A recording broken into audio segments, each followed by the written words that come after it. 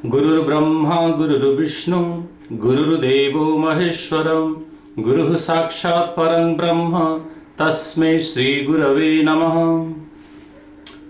Respected Ila Ghosh ji, Mr. Mukul Dwivedi ji, Dr. Rita Bhattacharya ji, Mrs. Swanika Bhatti, Mrs. Yogita Singhal, and Quiz Master Anindita, and finally the organizer and principal of GRAD International School, Greater Noida, India, Mrs. Aditi Basuji, and dear parents, dear students, and my brothers and sisters, greetings all of you from Pietermaritzburg, South Africa, where Mahatma Gandhi started his Satyagraha.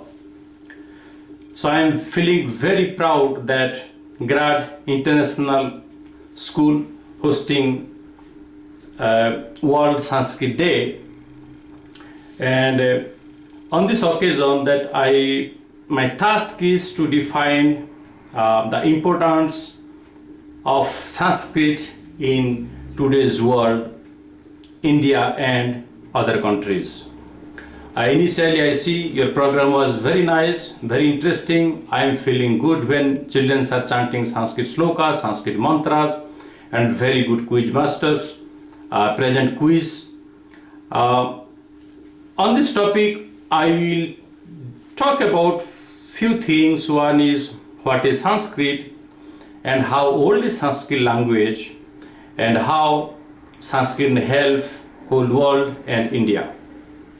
So when you say what is Sanskrit, according to my understanding, Sanskrit is the mouthpiece of Indian culture or Hindu culture or Arya culture or Bharatiya culture. In one word we can say Sanskrit is the mouthpiece of Dharma culture. And it is also, say this, is mother of all Indo and European languages. It is take quite few times to describe how it became mother of the Indo-European languages. As you say, the Sanskrit is the mother of all Indian languages as well as European languages, because European language derived from Latin and Latin from the Sanskrit.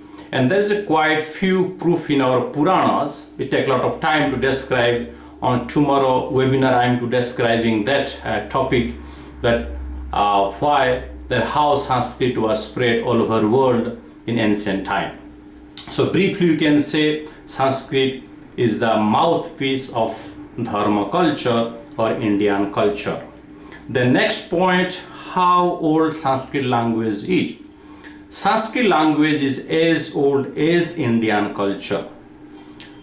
If you look at two opinions come, Western culture, Western historians and then Indian Panchang. Western historians say the Sanskrit language or Indian culture 5,000 years, but Indian Panchang say the Indian culture is 1,960,853,322 years, and every year in first day of the Ram Navami, the Indian New Year come. So like that, so the age Indian culture is 1,960,853,322 years. Same, the age of Sanskrit language is 1,960,853,322 years. It is a fact, it is a tale in our Indian Panchang. So that is the age of the Sanskrit language. Then other things, there's quite a few things, need a lot of time to describe what is Sanskrit language. I just put one point, that Sanskrit known as the Devabhasa Sanskritam. Devabhasa Sanskritam we can translate into the language of the God. So here, what is Devabhasa? What is Deva means? Deva and Bhasha. Bhasha means language, Deva means God. The Deva is a Sanskrit word. The root word of Deva is the Dib Dane.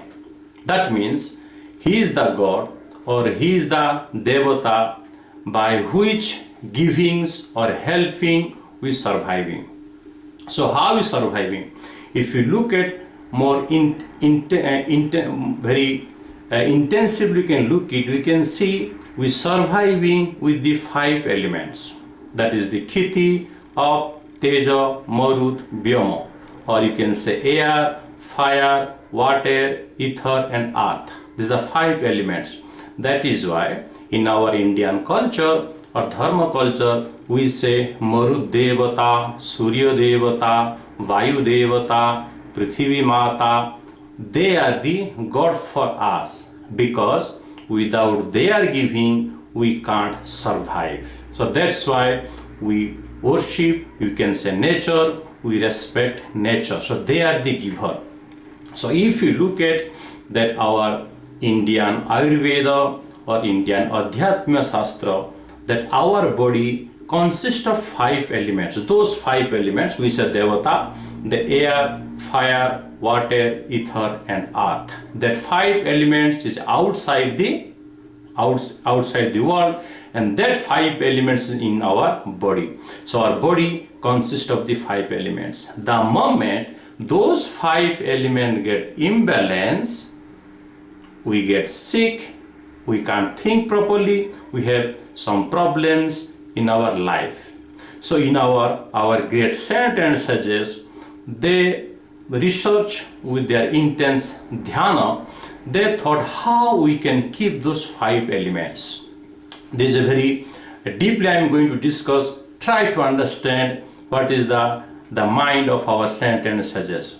So how to, because the whole, like a human being, all being, they made of these 5 elements, they using that 5 elements. That means we need to keep balance those 5 elements. So our saint and sages with their research, they find out the root of 5 elements is the emptiness.